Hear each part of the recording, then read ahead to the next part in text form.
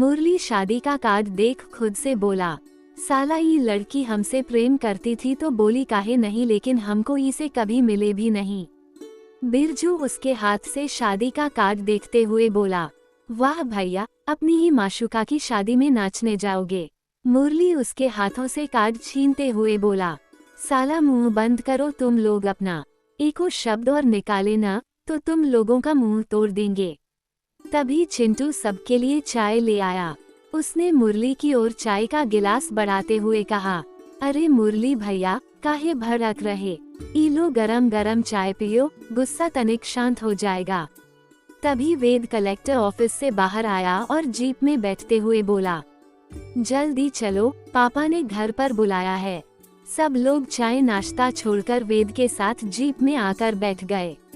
बड़े ठाकुर की हवेली। वेद हवेली के अंदर आया तो बड़े ठाकुर हॉल में ही बैठे थे। उनके साथ उनके सेक्रेटरी मिश्रा जी भी थे। वेद उनके पास आया और उनके सामने सोफे पर बैठते हुए बोला, आप हमको बुलाए पापा, कोनो जरूरी काम था? काम तो बहुत जरूरी है बेटा। हमारे पार्टी के सदस्य शरण गुप्ता जी हमसे मिलने आए थे। उनकी कोनो पुश्तैनी जमीन है 12 एकड़ की, जिस पर विशंभर सिंह कब्जा करके बैठा है। तो आप चाहते हैं कि हम उनकी जमीन उनको वापस दिलवाएं? हाँ, काहे कि ये काम तुमसे बेहतर और कोनो ना ही कर सकता है। हमने ये काम के लिए पहले जिन लोगों को भेजा था, उन लोग बहुत बुरा तरीके से मार खा के आए हैं। आप चिंता मत कीजिए पापा, बहुत जल्द जमीन गुप्ता साहब को वापस मिल जाएगी। ये बोल वेद वहाँ से उठा और बाहर चला गया। वेदिका का घर। दीप्ति और नाज वेदिका के साथ उसके घर आए हुए थे। वेदिका ने उन दोनों को अपने घर वालों से मिलवाया। वो सभी हॉल में बैठे हुए थे। तब तक पार्वती जी भी सबके लिए किचन से चाय नाश्ता ले आई। पार्वती जी उन सबके साथ बैठते हुए बोली, वेदिका आप दोनों की अक्सर बातें किया करती है। नाज ने मुस्कुराते हुए कहा, हमने वेदिका के मुंह से आप सबके बारे में काफी कुछ सुना था। हम तब से आप सब से मिलना चाहते थे। आज तो हम किसी खास वजह से आप सब से मिलने आए हैं। ऐसी कौन सी खास वजह है बेटा, जरा हमें भी बताइए, शंकर जी ने पूछा। नाज ने जवाब देते हुए कहा, हमारा निकाह तय हो गया है अंकल जी। अगले हफ्ते ही हमारी शादी है। अगर आप सब हमारी शादी में शरीक होंगे तो हमें बहुत अच्छा लगेगा। ये तो बड़ी ही खुशी की बात है। हम शादी में आने की पूरी कोशिश करेंगे बेटा, बाकी तो ये सब है ही, शंकर जी ने कहा। वैसे नाज़दी, मैंने सुना है आपके होने वाले शौहर डॉक्टर हैं। एक बात सच सच बताइएगा, वो आपको सचमुच पसंद है या फिर आप इसलिए शादी कर रही हैं कि हॉस्पिटल का खर्चा बच जाएगा? सपना ने कहा। सब उसकी बात पर हंसने लगे। पार्वती जी उसके सिर पर मारते हुए बोली, कुछ भी बोलती रहती है। नाज बेटा, इसकी बातों पर ध्यान मत देना, मजाक करने की इसकी पुरानी आदत है। नाज अपनी हंसी रोकते हुए बोली, नहीं आंटी, इसमें बुरा लगने वाली कोई बात नहीं है। वेदिका ने हमें बताया था सपना बहुत फनी है।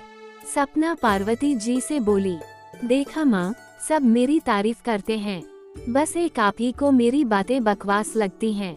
मेरे टैलेंट की तो किसी को कदर ही नहीं है। कुछ देर सबने बातें की। दीप्ति और नाज जाने लगी तो वेदिका ने कहा, रुको, मैं भी तुम लोगों के साथ आती हूँ। ये बोल वेदिका उन दोनों को बाहर तक छोड़ने चली गयी। इधर शंकर जी को कहीं खोया देख पार्वती जी ने पूछा, आप किस सोच में डूब गए? मिसेज व्यास, क्या आपको नहीं लगता हमारी बेटी बड़ी हो चुकी है? ये बात आपको अब समझ में आई है? मैं तो आपसे कब से कह रही हूँ, वेदिका के लिए कोई अच्छा सा लड़का देख लीजिए। हमारे एक दोस्त ने अपने किसी खास रिश्तेदार के बेटे के बारे में बताया था। लड़का तो अच्छा है, हमें पसंद भी आया।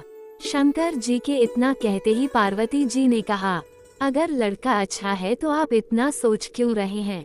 उनके परिवार को एक बार घर पर बुलाइए।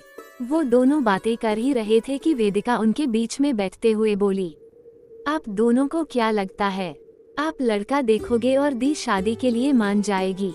उन्हें शादी से सख्त नफरत है, वो नहीं करने वाली। पार्वती जी ने उसे हाथ दिखाते हुए कहा, तुझे फिर से मेरे हाथों से मार खाना है। अरे मम्मी, आप गुस्सा क्यों कर रही हो? मैं सच ही तो कह रही हूँ। है ना पापा? शंकर जी ने उसकी बात पर कहा।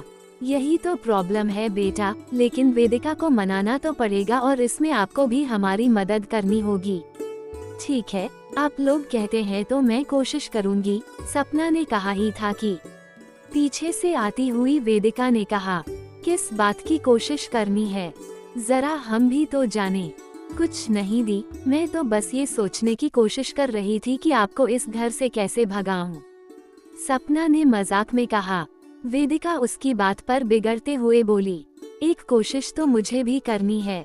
वो क्या दी? तुझे मारने की? ये बोल वेदिका उसकी ओर बढ़ी तो सपना भागते हुए सोफे के दूसरी तरफ आकर बोली, फिर तो दी, आप कोशिश ही करती रह जाओगी। रुक, तुझे मैं अभी बताती हूँ।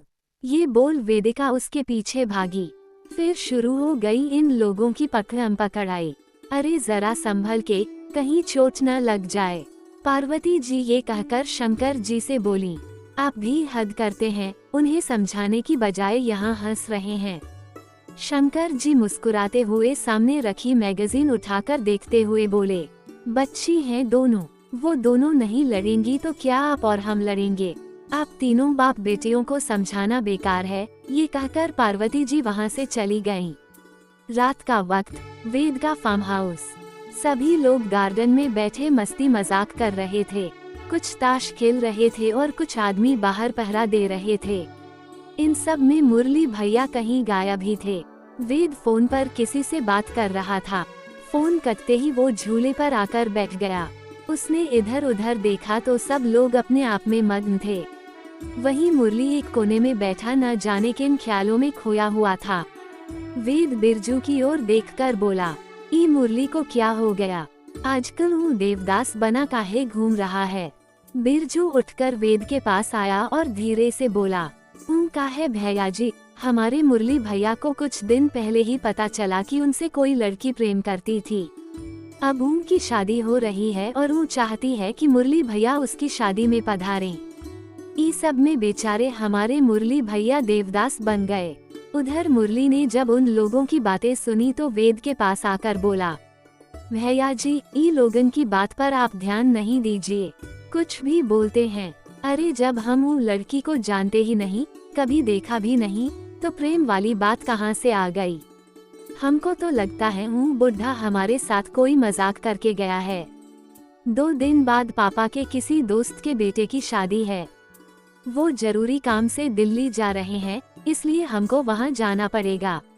तैयारी कर लेना, काहे कि तुम लोग भी हमरे साथ चलोगे। वेद ने कहा, वैसे भैया जी शादी किसकी है? मुरली ने पूछा तो वेद बोला, वहाँ सामने टेबल पर शादी का कार्ड रखा है, खुद ही पढ़ लो। मुरली शादी का कार्ड देखने चला गया। उसने जैसे ही कार्ड खोलकर नाम पढ़ा, उसकी आंखें फटी की फटी रह गईं। नवाज शेख और नाज सैफी। मुरली का जब कोई जवाब नहीं आया तो वेद ने आवाज देते हुए कहा, क्या हुआ, तुम्हारे चेहरे पर इतना पसीना काहे आ रहा है? तभी बिरजू ने जवाब देते हुए कहा, का है न भैया जी, आप जिस शादी में जाने की बात कर रहे हो, उसी लड़की के चच्चा जान मुरली भैया को शादी में बुलाए हैं। अब मुरली भैया ही असमंजस में हैं कि अपनी माशुका की शादी में जाएं या न जाएं। मुरली बिरजू पर भड़कते हुए बोला, साला, तुम पहले वो लड़की को हमरी माशुका कहना बंद करो। अब हमने बहुत सोच लिया और सोच सोच कर हमारा दिमाग पगलाया जा रहा है। अब हमने फैसला कर लिया है, हम शादी में जाएंगे और उसी लड़की से पूछेंगे, आखिर ये सब माजरा क्या है? वैसे तुम शादी में जा किसकी तरफ से रहे हो? वेद ने मुस्कुराते हुए पूछा। इससे पहले मुरली कुछ कहता, बिरजू ने जवाब देते हुए कहा, ई में पूछना क्या है भैया जी, वो तो लड़की वालों की तरफ से जाएंगे न, आखिर छोड़े हुए आशिक जो ठहरे। मुरली ने आसपास नजर घुमाई तो उसे एक डंडा पड़ा मिल गया। उसने उसे उठाते हुए कहा, लगता है तुम बहुते दिन से हमरे हाथों मार नहीं खाए हो न, इसी से तुम्हारा दिमाग काम करना बंद कर दिया है। रुको, हम अभी तुम्हारा दिमाग ठीक करते हैं। ये बोल मुरली बिरजू की तरफ बढ़ा तो वो भागते हुए वेद के पीछे जाकर छुप गया। भैया जी, आप ही समझाओ इनको, कहीं का गुस्सा कहीं पर निकाल रहे हैं। चिंता मत करो मुरली भैया, बस 2 दिन की बात और है, फिर मिल लेना अपनी माशूका से। उसे तो हम बाद में मिलेंगे, पहले तुम्हारा दिमाग ठीक करना बहुत जरूरी है।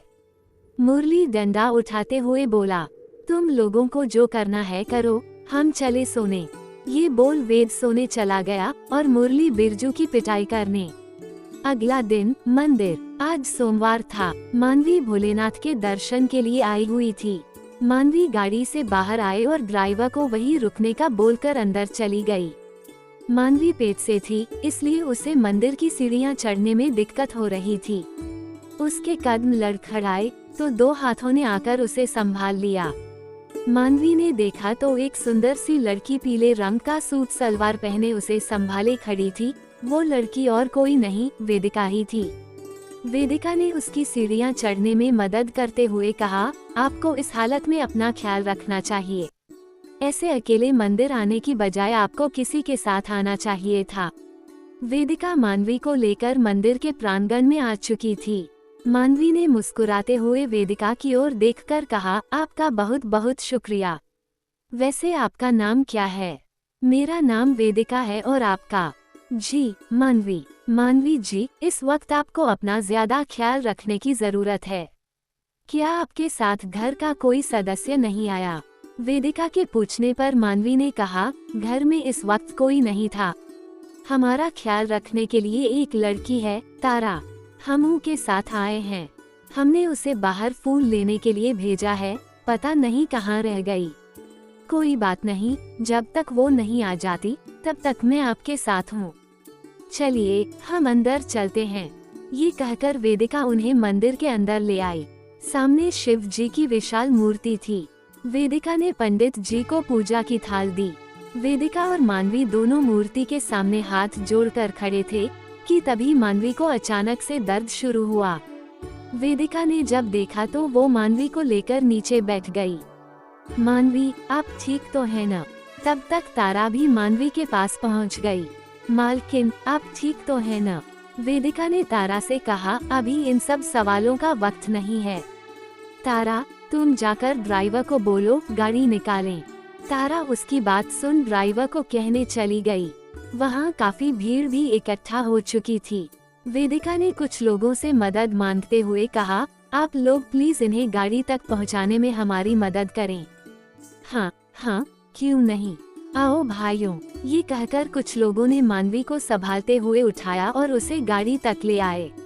वेदिका मानवी को लेकर पीछे वाली सीट पर बैठ गई। तारा आगे की सीट पर बैठी। वेदिका के कहने पर ड्राइवर ने हॉस्पिटल की ओर गाड़ी घुमा दी। हॉस्पिटल पहुंचने पर 2 वार्ड बॉय बाहर आए और मानवी को संभालते हुए स्ट्रेचर पर लिटाया। वो लोग उसे डिलीवरी रूम के अंदर ले गए। वेदिका और तारा भी उनके पीछे अंदर चले आए। वेदिका ने तारा की ओर देखकर कहा, तारा, तुम जल्दी से जाकर इनके घर वालों को खबर कर दो। जी, हमने पहले ही मालिक को फोन कर दिया था, वो बस आते ही होंगे। अंदर डॉक्टर डिलीवरी की प्रोसेस कर रही थी। बाहर तारा और वेदिका डॉक्टर के बाहर आकर कुछ कहने का इंतजार कर रही थीं। कुछ देर बाद मनोहर भी हॉस्पिटल पहुंच गया। उसने अंदर आते ही तारा से पूछा, सब ठीक तो है न तारा? मानवी ठीक तो है न? मालकिन मंदिर गई थी, तभी उनको वहाँ दर्द शुरू हो गया। तारा ने वेदिका की ओर इशारा कर कहा, वेदिका जी ने ही मालकिन को यहाँ तक लाने में मदद की। तारा कह ही रही थी कि तब तक डॉक्टर भी बाहर आ गई। मनोहर उनके पास चला आया, डॉक्टर साहिबा, अब हमारी पत्नी कैसी है? वो ठीक तो है न? देखिए, घबराने वाली कोई बात नहीं है। नॉर्मल डिलीवरी हुई है, आपको बेटा हुआ है। माँ और बच्चा दोनों स्वस्थ हैं। डॉक्टर के बताने पर सब लोग बहुत खुश हुए। मनोहर ने डॉक्टर से पूछा, क्या हम अभी अपनी पत्नी और बच्चे से मिल सकते हैं? फिलहाल आपकी पत्नी बेहोश है, उन्हें कुछ घंटे में होश आ जाएगा। आप अपने बच्चे से मिल सकते हैं। ये कहकर डॉक्टर वहाँ से चली गई। मनोहर, तारा और वेदिका तीनों अंदर चले आए। नर्स ने जब मनोहर के हाथों में बच्चे को दिया तो खुशी से उसकी आंखें छलक पड़ी। उसने एक नजर मानवी को देखा और फिर अपने बच्चे की ओर देखकर बोला, बहुत इंतजार किए हैं हम सब तुम्हारा। तनिक अपनी माँ को होश में आने दो, तुम्हें देखकर वो बहुत खुश होगी। मनोहर वेदिका के पास आकर बोला, आपका बहुत बहुत शुक्रिया वेदिका जी। आप ही की वजह से हमारा बच्चा और हमारी पत्नी सुरक्षित हैं। हमको समझ नहीं आ रहा हम आपका एहसान कैसे चुकाएंगे। इसमें एहसान कैसा, और वैसे भी इंसानियत के नाते ये तो मेरा फर्ज था। आप प्लीज एहसान की बातें मत कीजिए। वो सब तो ठीक है वेदिका जी, तनिक छोटे मालिक को गोद में तो लीजिए। आज आप इनके लिए एगो फरिश्ता की तरह ही आई हैं। तारा बिल्कुल सही कह रही है वेदिका जी। मनोहर ने वेदिका की गोद में बच्चे को देते हुए कहा। कुछ देर बाद मानवी को जब होश आया तो मनोहर उसके पास बैठते हुए बोला, अब तुम कैसी हो। मानवी ने पलकें झपकाकर उसे सब ठीक होने का इशारा किया। वो उठने लगी तो मनोहर ने उसकी बैठने में मदद की। वेदिका बच्चे को मानवी की गोद में देते हुए कहा, इसकी आंखें बिल्कुल आप पर गई हैं। मानवी कुछ कहने ही वाली थी कि वेदिका ने उसे टोकते हुए कहा, मुझे पता है आप क्या कहने वाली हैं। थैंक यू कहने की जरूरत नहीं है, आपके पति पहले ही मेरा शुक्रिया अदा कर चुके हैं। मानवी ने मुस्कुराते हुए कहा, आपने जो किया है उसके लिए हम आपको थैंक यू नहीं कहेंगे, बल्कि आपने जो हमारी मदद की है उसे हम हमेशा याद रखेंगे। वेदिका कुछ देर सबसे बातें करने के बाद वहां से चली गई।